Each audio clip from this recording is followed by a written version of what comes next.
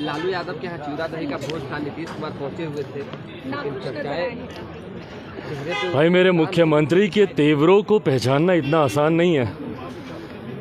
कब वो खुश होते हैं, कब वो नाखुश होते हैं, उनकी बॉडी लैंग्वेज परिस्थितियों के हिसाब से बदलती हैं।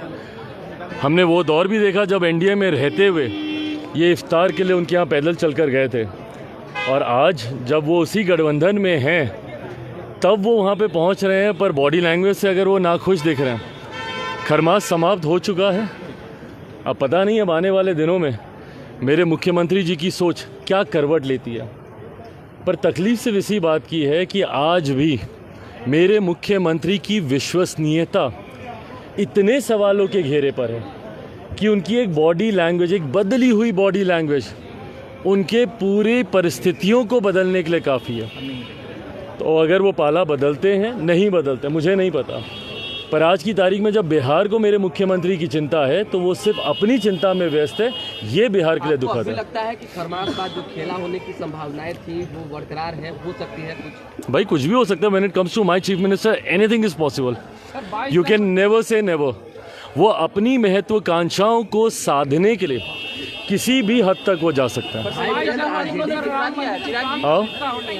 22 जनवरी को राम मंदिर की प्राण प्रतिष्ठा होनी है और तेज प्रताप यादव का बयान आया है कि राम जी मेरे सपने में आए थे, वो नहीं आएंगे 22 तारीख को। अब बताइए, आज की तारीख में 21वीं सदी में यकीनन ये आस्था का विषय है। राम मंदिर पूर्णतः आपकी आस्था के साथ जुड़ा हुआ है, और हम सब राम भक्तों का दशकों से देखा गया सपना 22 तारीख को पूरा होने वाला है।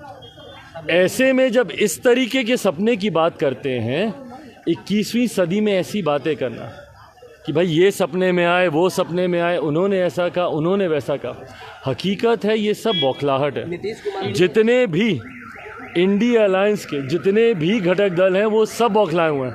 क्यों? क्योंकि एक राजनीतिक मुद्दा इनके हाथ से छीन लिया गया।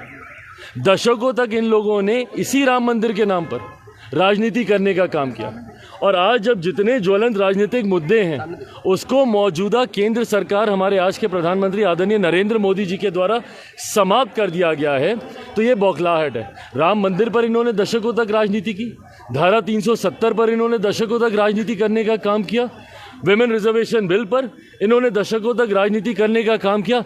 आज जब ये तमाम विवादित मुद्दे सुलझा दिए गए हैं, यही बौखलाहट है।